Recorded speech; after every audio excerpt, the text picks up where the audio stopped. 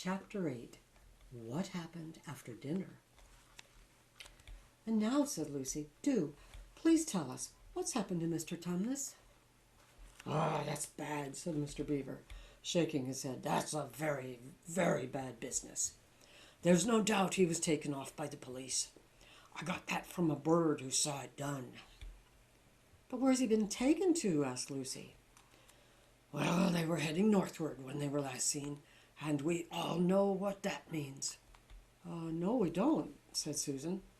Mr. Beaver shook his head in a very gloomy fashion.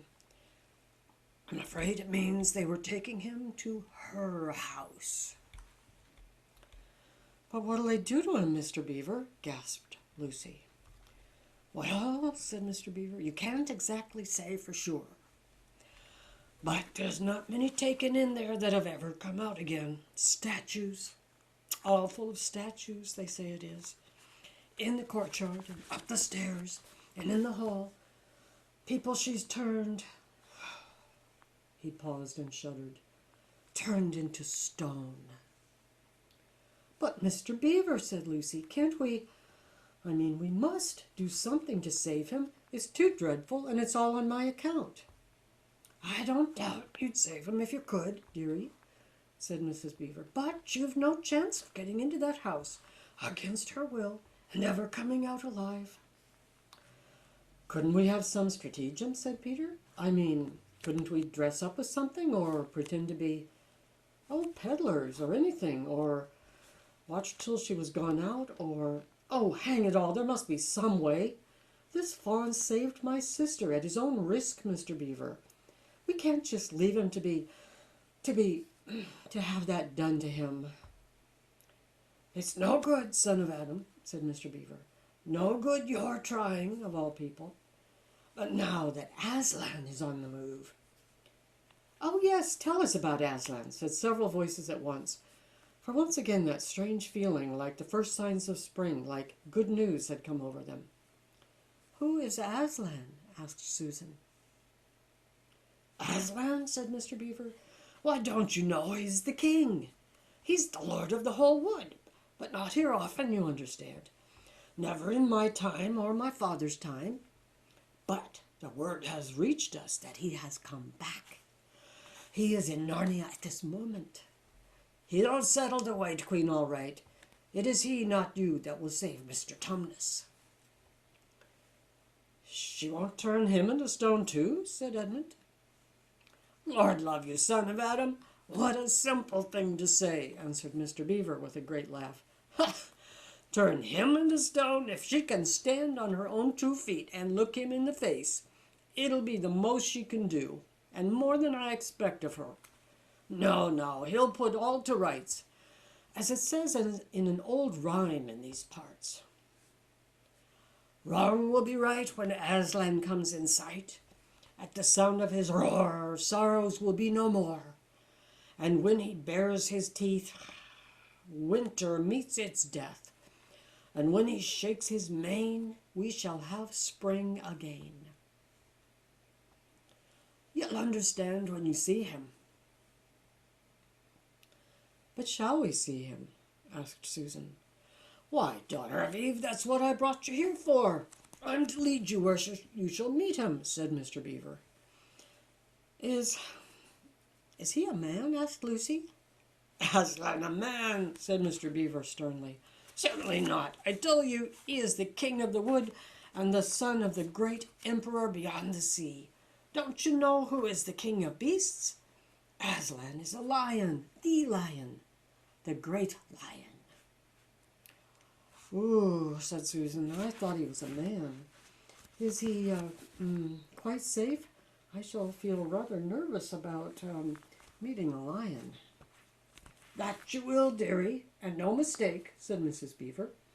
If there's anyone who can appear before Aslan without their knees knocking, they're either braver than most or else just plain silly. Then he isn't safe, said Lucy. Safe, said Mr. Beaver. Don't you hear what Mrs. Beaver tells you? Who said anything about safe? Of course he isn't safe.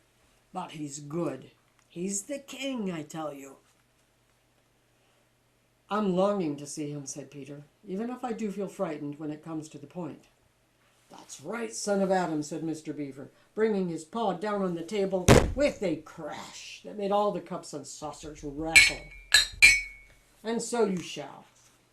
Word has been sent that you are to meet him, tomorrow if you can, at the stone table. Where's that? Said Lucy. I'll show you, said Mr. Beaver. It's down the river, a good step from here. I'll take you to it. But meanwhile, what about poor Mr. Tumnus? Said Lucy. The quickest way you can help him is by going to meet Aslan, said Mr. Beaver. Once he's with us, then we can begin doing things. Not that we don't need you too, for that's another of the old rhymes.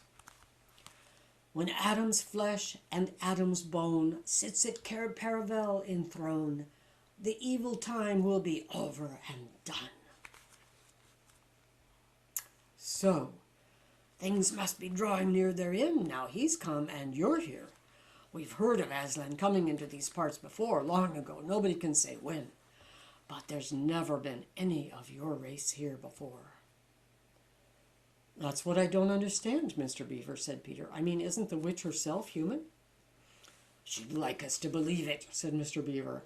And it's on that she bases her claim to be queen. But she's no daughter of Eve. She comes of your father Adam's, here Mr. Beaver bowed, your father Adam's first wife, or they call Lilith, and she was one of the jinn. That's what she comes from on one side. And on the other side she comes of the giants. No, there isn't a drop of real human blood in the witch. That's why she's bad all through, Mr. Beaver, said Mrs. Beaver. True enough, Mrs. Beaver, replied he. There may be two views about humans, meaning no offense to the present company. But there's no two views about things that look like humans and aren't. I've known good dwarfs, said Mrs. Beaver. So have I, now you come to speak of it, said her husband, but precious few, and they were the ones least like men.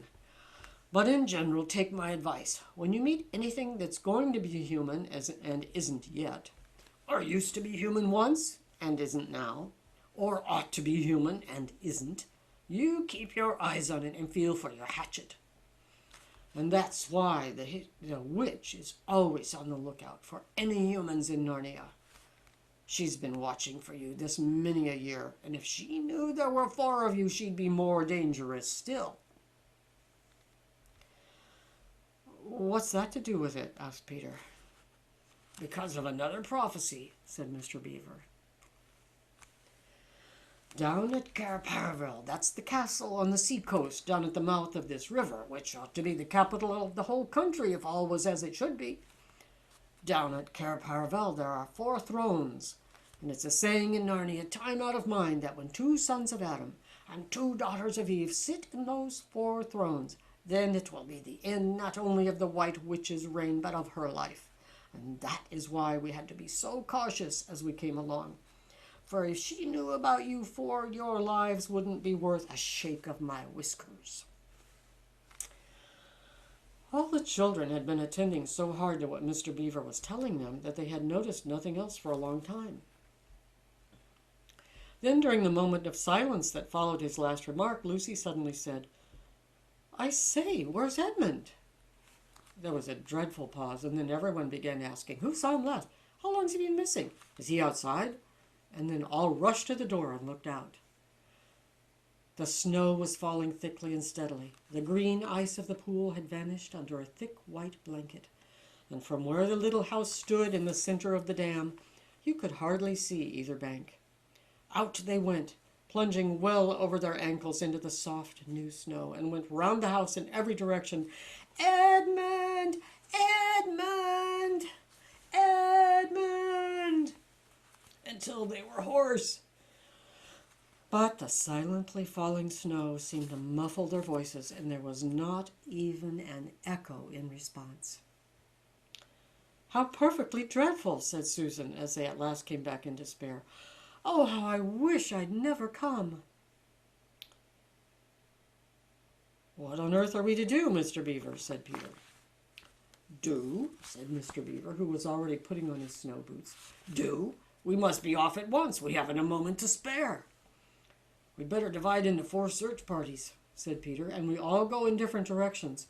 Whoever finds them must come back here at once and... Search parties, son of Adam, said Mr. Beaver. What for? Why, to look for Edmund, of course. There's no point in looking for him, said Mr. Beaver. What do you mean, said Susan. He can't be far away yet, and we've got to find him. What do you mean when you say there's no use looking for him?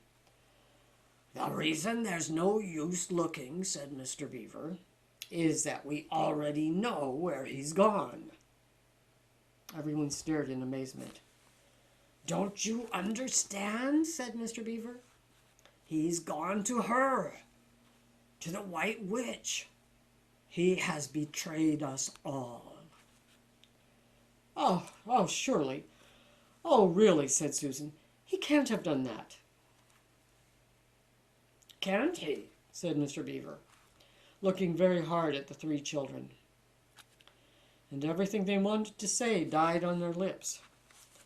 For each suddenly felt quite certain inside that this was exactly what Edmund had done.